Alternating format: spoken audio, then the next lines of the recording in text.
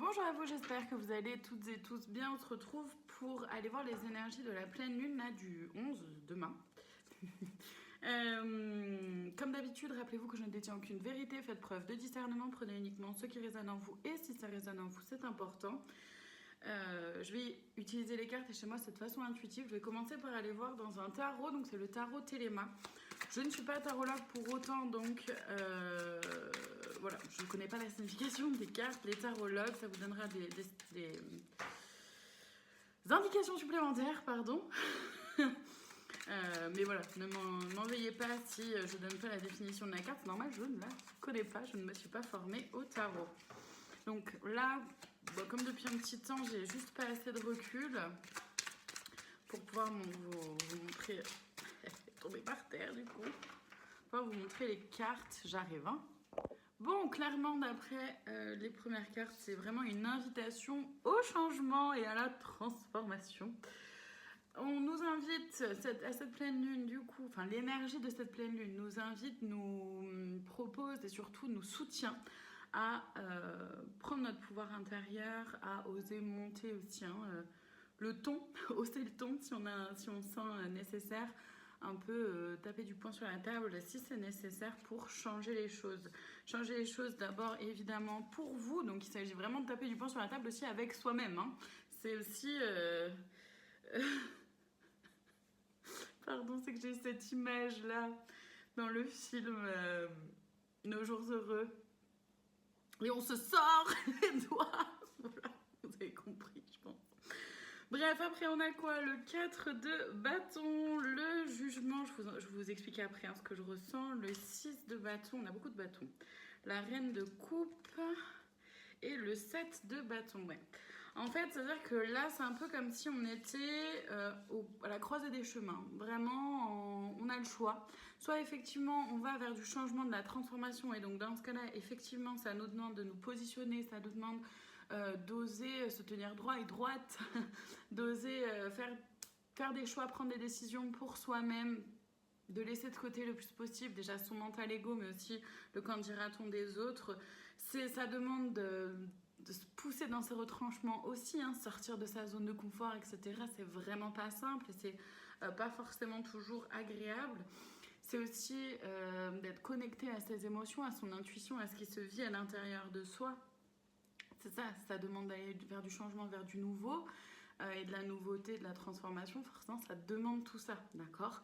Soit effectivement, on reste dans un schéma, un cycle dans lequel on n'est pas forcément bien, mais on n'arrive pas à changer des choses, et donc voilà, on reste dans ce cercle vicieux au lieu d'aller dans le cercle vertueux. Donc, et là, j'ai vraiment l'image du hamster dans sa roulette, quoi, qui tourne, qui tourne, qui tourne, et qui s'épuise, enfin nous en tant qu'humains si on se met dans cette image là, forcément on s'épuiserait à refaire un peu constamment la même chose en espérant en espérant un changement. Donc oui, oui. Je suis désolée, il faut que ça sorte parce que c'est vraiment comme ça que la guidance vient, donc voilà. Mais il y a que les idiots en fait qui refont tout le temps la même chose en espérant avoir un résultat différent. Voilà. Ouais. Donc forcément, ça nous demande de nous pousser dans nos retranchements, d'oser peut-être, oui, se dresser face à d'autres personnes, si on veut du changement, de la transformation. Ça demande aussi d'avoir foi en soi, d'avoir foi en l'univers, foi en ses propres guides, Dieu, la source, nommez-les comme vous voulez évidemment. Hein. Mais ça demande effectivement d'avoir foi, d'avoir une foi, une confiance et conscience aussi que on ne peut pas tout maîtriser, que vous n'avez pas la main sur tout, que vous faites votre part, évidemment, mais ce sur quoi vous n'avez pas la main, vous acceptez de lâcher prise dessus et vous êtes en accueil du changement, de la transformation, du renouveau. Il y a aussi cette notion-là de se laisser porter, ce sur quoi on n'a pas la main, encore une fois. On se laisse porter, on se laisse guider aussi, hein, pour certaines choses. Et c'est vrai que oui, c'est pas toujours évident, c'est pas toujours facile à faire, mais c'est vraiment cette pleine lune, elle nous invite vraiment à faire ça. Donc on reste vraiment dans la continuité, là, dans ces dernières guidances. Entre la nouvelle lune et la pleine lune, là, on reste vraiment dans cette continuité-là de retrouver son pouvoir toujours plus, quoi. Alors, ce que ça vient vivre, ce que ça peut venir réveiller en nous, les blessures de l'âme, oui, forcément, ça demande de nous positionner, donc il y a peut-être des blessures qui vont ressurgir, la blessure de l'abandon, la peur, l'angoisse de l'abandon, de la trahison, etc., etc. Bien sûr, il y en a plein, plein, plein, je ne vais pas toutes les nommer.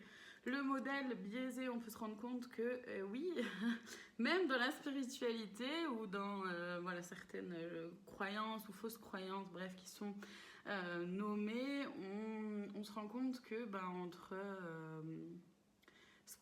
parfois ce qui est dit et la réalité, il peut y avoir un écart. C'est-à-dire que c'est pas parce que je suis sur mon chemin que le tapis rouge est dévoilé, que j'ai plus d'efforts à fournir. D'accord, ça on l'a beaucoup entendu, je me suis fait attraper par cette croyance-là aussi, hein.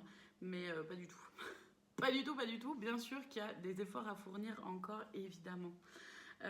Bon, je vous donne cet exemple-là parce que ça sort comme ça, mais ça peut être plein de choses, d'accord. Il peut y avoir un modèle biaisé entre la différence entre ce qu'on imaginait et la réalité.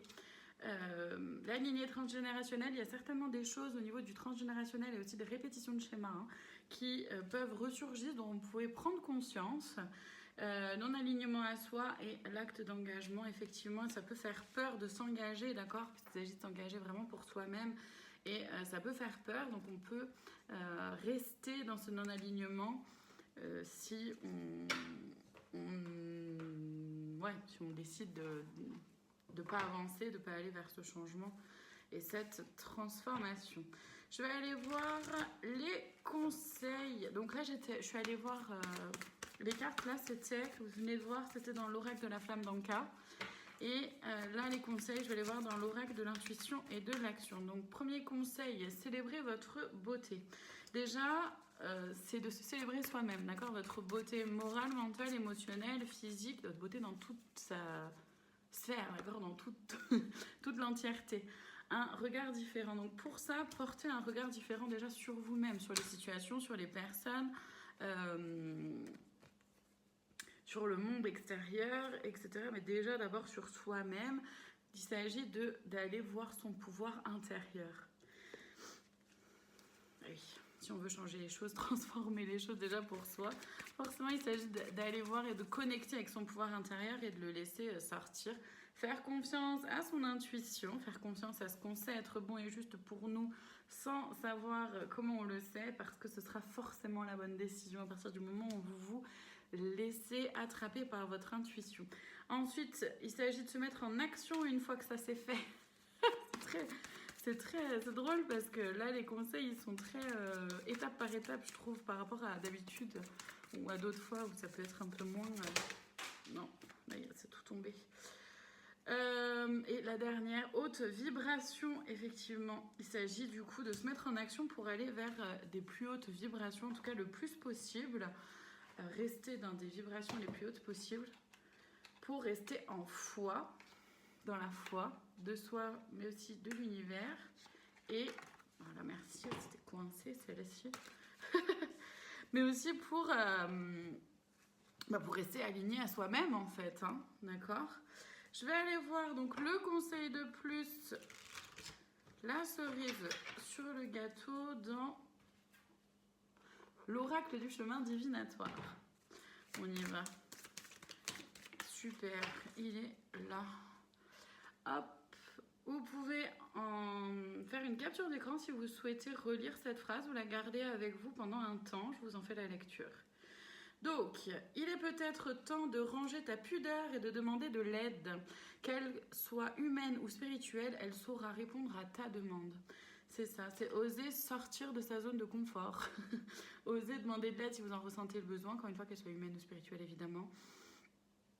Parce que là, il s'agit vraiment, on est très fortement poussé plus qu'invité. Hein. C'est un peu, je vois vraiment le coup de pied aux fesses là, hein, pour sortir de sa zone de confort et aller vers quelque chose de nouveau. Voilà pour cette guidance. Je vous remercie infiniment de votre présence. Je vous dis à très bientôt pour d'autres guidances. Prenez soin de vous.